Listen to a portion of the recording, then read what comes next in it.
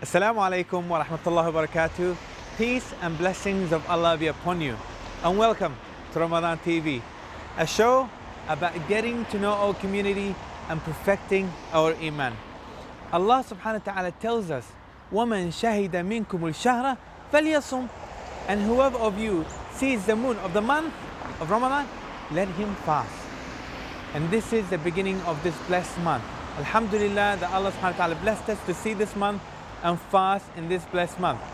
Now, when we fast, it's a blessing. There's lots of blessing of Allah subhanahu wa ta'ala. But there's a health factor that Allah subhanahu wa ta'ala also says in the Quran, وَمَنْ كَانَ مِنْكُمْ مَرْضَى أَوْ عَلَى سَفَرٍ فَعِدَّةٌ مِّنْ أَيَّامٍ أُخَرٍ. And if you are sick or traveling, there's an exception for you. That's what Allah subhanahu wa ta'ala is giving you. So here, today we are visiting one of the local GPs, Grange Medical Center, with Dr. Asim Alwani, to speak to him to find out a bit more about how we can get the best out of this best month. Come with me to find out a little bit more.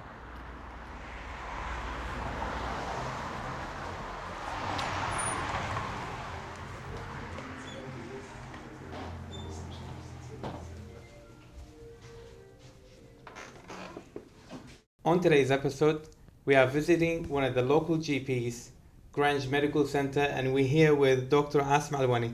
Doctor, thank you for taking the time to be with us. Thank you. Doctor, to start off this holy blessed month, the month of Ramadan, it would be really ideal and it would be really beneficial for us to get some kind of really tips and some information or some kind of direction about how we can start this holy month in the right way, in a healthy, right way for each individual of us. Jazakallah khair. Assalamu alaikum wa rahmatullahi wa barakatuh. Bismillah ar-Rahman ar-Rahim. As you know, the month of Ramadan is one of those great months for the Ummah. Alhamdulillah Rabbil Alameen. And it comes to us every year with lots of benefits to our soul and to our health. Month of Ramadan is one of those months that we have to be very careful about the general health in the way we conduct ourselves from the health point of view. The idea of people fasting for a certain number of hours, alhamdulillah in Australia we don't fast that many hours compared with many other places. Some people think that they have to eat more or drink more to compensate for that fasting time.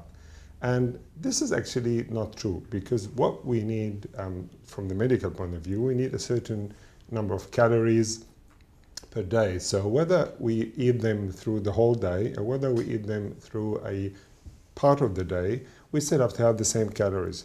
So the general advice or the general preparation is that one has to understand that what he or she eats in Ramadan will be similar to what he eats outside Ramadan.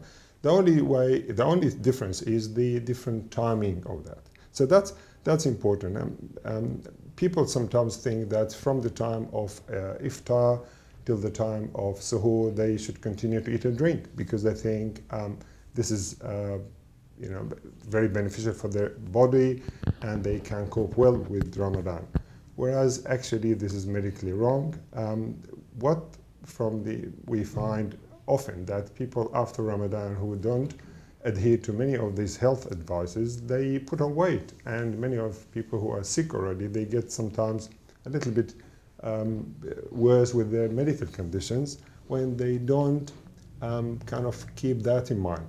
So what I'm trying to say is that you have to remember that in Ramadan you can still eat the same amount per 24 hours. It's only the different timings of it. That also includes the fluids, because the fluids are very important. Some people as well, the minute iftar time comes, they start drinking and drinking and drinking and drinking and drinking. That will cause a lot of indigestion. They can't eat well, then they get hungry after 2-3 hours and they eat, and that sort of creates a lot of problems to many people. Doctor, you gave a good point in regards to the body requires certain intakes. So regardless if you're fasting or not fasting, it's important for that body to take that intake for it to be functioning properly. Correct.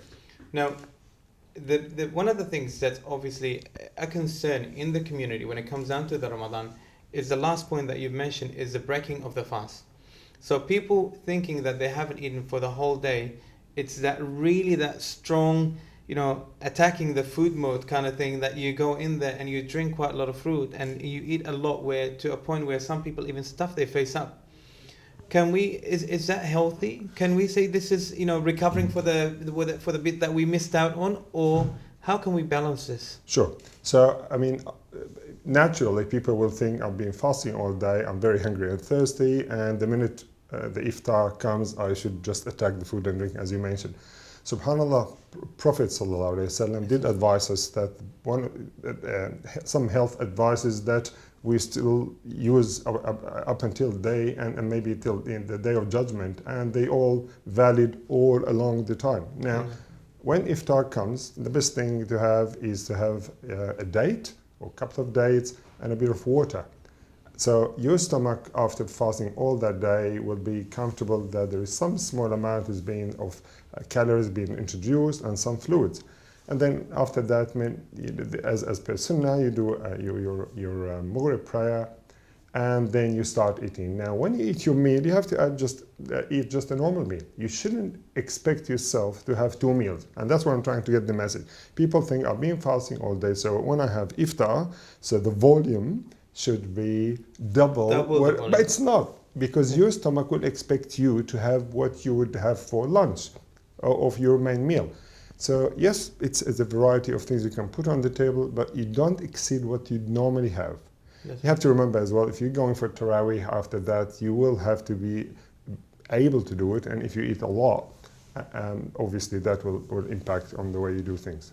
And also the timing is quite short as well. So usually on a normal day you're having your breakfast, which it gives you quite a lot of time where you're moving and you're doing lots of work in between it, and then you're having lunch, and then you've got a lot of time till Maghrib, or when you have your final meal. And usually the final meal is not that big, but during Ramadan it's actually the opposite. The first meal and the last meal are quite strong. True. So that's where we're finding that a lot of people kind of moving to obesity, or facing some medical condition, obviously. True.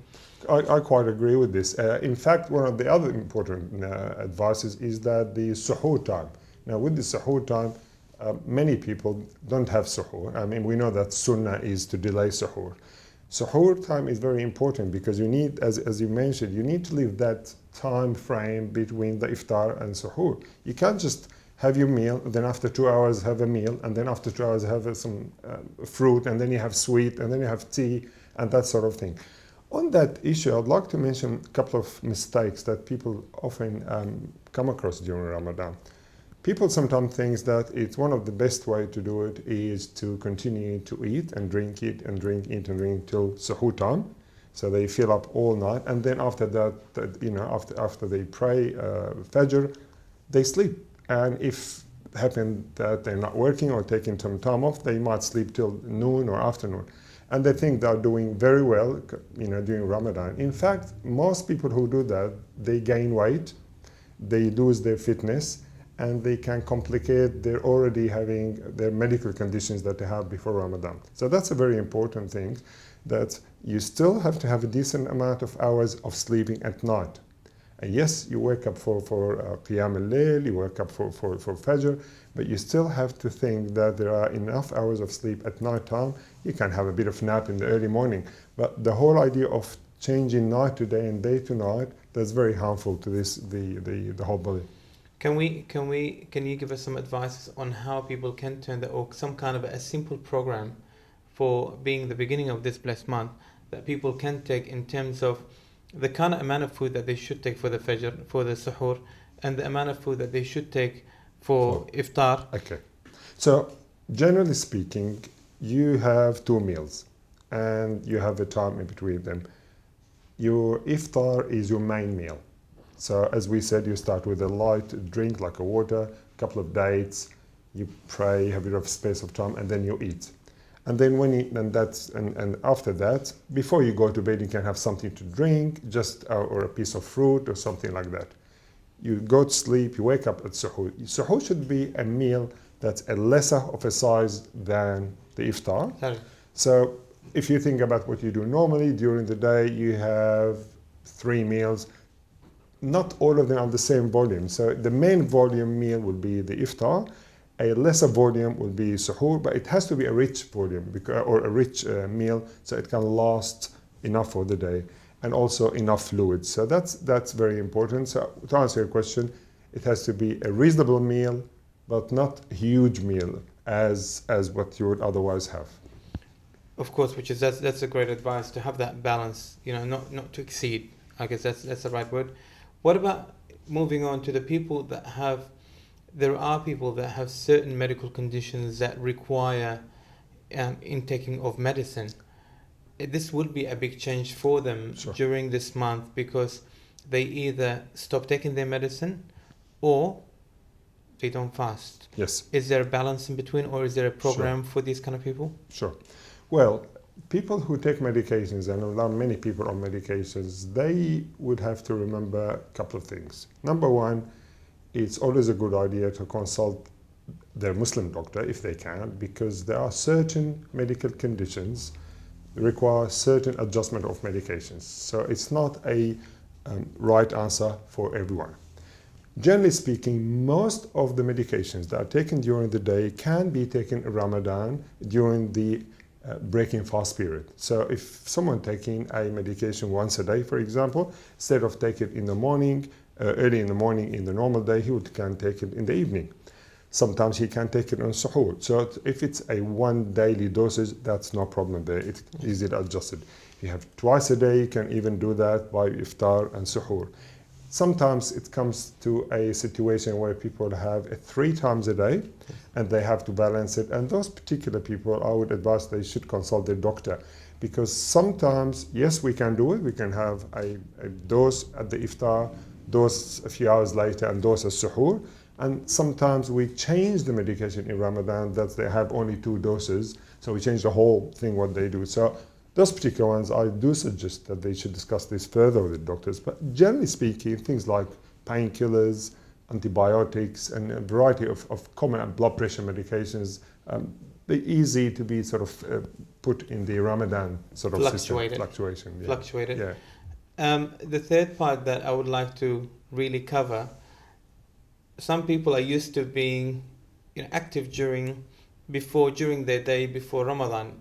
I'm talking about exercises. They might have certain time of a day, or they might do once a week or 3 times a week that they take for about an hour jogging, or certain exercise that they might do. When it comes down to the Ramadan, some people think that I need to stop because if I do exercise, it's going to make me tired. And is this the right answer, or what should they do? Okay, so I'm glad that you touched on this issue. It's a very important issue. I do agree with you. As I've mentioned earlier, we do see people putting on weight in Ramadan. I mean, if we think about what Prophet Muhammad ﷺ was, the teachings of Prophet, obviously it wasn't intended that we get fatter in Ramadan. We intended to basically get healthier in Ramadan, and that's one of the messages of fasting. So to answer your question, if you are doing a certain exercise before Ramadan, there is no reason to stop this exercise in Ramadan. The only thing you have to do is change the timing of the exercise. So, for example, if you used to go to the gym 3 times a week and spend half an hour or 1 hour, instead of doing at the time where during the day or afternoon, you can leave it till the evening, for example. Yes. And that's at least 2 to 3 hours after your main meal. So make sure that all the food that you have has been digested, and you can do that. You have to remember that when you're fasting, you still have calories, and you still have lots of, subhanAllah, reserved fat in your system. And that can be used into helping you to do activities. So some people have the idea of, in Ramadan, I have to be static. They don't even walk from A to B because they think if they've done that, so they're burning, using a lot of calories, and they're feeling hungry or dizzy. And that might apply to certain group of people. Yes, if someone with diabetes, uncontrolled heart conditions, and so on, yes, they have to be very careful. But in general, this is incorrect. So you can still do your normal activities, but you don't do excessive activities. One has to be careful about the dehydration, of course, I have to mention here. Obviously, if you're fasting and you do go and have a jogging for half an hour, 3/4 of an hour in a sunny day, then you'll be dehydrated, and naturally you'll need to have some water, and you can't have water, and that might affect you. But what I'm saying, the general advice is continue with your normal activities, change the timing of your, if you like, a more sort of intense activities to the evening, if you're able to, or change the type of activities that you do. If you do something during the day, let's say you go swimming or and you can't do it, you just change it into a walking around the block. I mean, even if in the evening, finish Isha, finish Tarawih, come back home, instead of going home, just go next nearby park and just do a 3 cycle of walks. It takes you half an hour. What I'm saying is that in Ramadan, we still recommended 30 minutes a day, 4 to 5 days a week of exercise. So that doesn't change. That's for the otherwise healthy people. And as you mentioned as well, which is Allah subhanahu wa ta'ala, when prescribes to us such an event like Ramadan, fasting, is proven that it's beneficial for yourself. Correct. So we don't want to go really break that and make it unbeneficial to ourselves and turn our healthy body into an unhealthy body. Correct. Which is very important. And I'm glad that you gave us some kind of solution in terms of really the timing, the simplest thing, the easiest thing that you can do. If you're worried about dehydration or if you're worried about losing calories, you can do it after you break your fast, maybe after you do your tarawih, and that's, you can replace it that way there, and you can keep going with your activities, with your exercises. Final question, if it's okay with you, I wanted to ask you, there are people, Allah subhanahu wa ta'ala simply says in the Quran, in Surah Al-Baqarah, وَمَنْ كَانَ مِنْكُمْ مَرْضَى أَوْ عَلَى سَفَرٍ فَعِدَّةٌ مِنْ أَيَّامٍ أُخَرٍ. Allah subhanahu wa ta'ala is mentioning here, is giving 2 exceptions of people, that one of them is if you're sick, and the other one if you're traveling. It's giving you exception here for not fasting. Now, I know it's quite broad. What advices can you give? Who are the type of people should seek an advice, or who you recommend not to fast or to seek a professional advice? Okay, Jazakallah khair. That's a very important question. Now, just to add to what you said, it's unfortunately commonly spread in the community that people who are really sick and they suffer with the chronic medical conditions, they still fast. They want to fast. And that's good, mashallah, that they want to do that and fulfill the requirement of the Ramadan. But as you've just mentioned, Allah prescribed this to us, and they gave us exceptions for those who can't do it. So to answer your questions, the very sick people, could be the elderly, a very elderly man or woman that they don't have enough food or drink intake anyway. If they fast, that might affect their health. I'm going to mention those ones they really need to contact a doctor. I'm not saying those ones don't fast. What I'm saying is that those groups of people, they really should contact the doctor, and preferably the Muslim doctor, and ask about how the Ramadan is going to impact on them. So the elderly, the chronic conditions. Now, the chronic conditions, mainly by chronic condition, the cardiac conditions and the diabetes, because these are one of the 2 major illnesses that one has to be very careful with fasting and very careful with how much. And of course, there are what we call kidney conditions or renal conditions, like chronic renal failures and stuff like that, where the amount of fluids also has to be important during the 24 hours. So these are important. Then you have obviously the pregnant ladies, the breastfeeding ladies, and so on, that also they have to contact the doctors. I mean, if someone is pregnant, an early pregnancy, and she's well and healthy and can't fast and a short day, that's fine. I mean, there's no medical reason why she can't, providing that she can have enough fluids after that, and so on. So these are the groups of people that really should contact the doctors before they implement or intend to fast. And I thank you for also mentioning the Muslim doctors, and the reason why, as mentioned earlier as well, Muslim doctors, seeking an advice from a Muslim doctor, it's really you speaking to somebody that knows your kind of spiritual requirements. At times where, like Ramadan, they understand that you're actually going to be fasting, and fasting requires so and so and so. So it's a lot easier for them to say to you, yes, you are able to fast, or no, you're not able to fast, because they personally know the requirements to fast. True. Which I thank you for mentioning that. That's really important, and I hope people actually take that into consideration. If you allow me, just want to add this little point here about, unfortunately, there's a general misconception in the community, in the Australian community in general, about Ramadan. So people, when they see someone's fasting, they have this feeling that this person is dehydrated or he's going to faint and things like that. And that goes across the board. And if they see someone who hasn't eaten or drank for a few hours, they panic. And that's what I'm saying, to support what you said, is that people who don't have that kind of background, it's hard to understand and comprehend and relay the message to people whether they need or they don't need to fast. That's right, when a client comes in. Thank you for it. And to top it up, the end of the ayah was يُرِيدُ اللَّهُ بِكُمُ الْيُسْرَ وَلَا يُرِيدُ بِكُمُ الْعُسْرَ. And to close this beautiful talk with you, Doctor, Allah subhanahu wa ta'ala says, يُرِيدُ اللَّهُ بِكُمُ الْيُسْرَ. Allah wants for you ease and not hardship, after giving the exception of the person that is sick or traveling. So how beautiful is that? That's a mercy from Allah subhanahu wa ta'ala. Alhamdulillah. Jazakumullah khair, Doctor, for giving us this beautiful advices and really directing us to how we can get the best out of this beautiful and blessed month. Jazakallah khair. May Allah reward you. Jazakallah khair. Assalamu alaikum wa rahmatullahi wa barakatuh.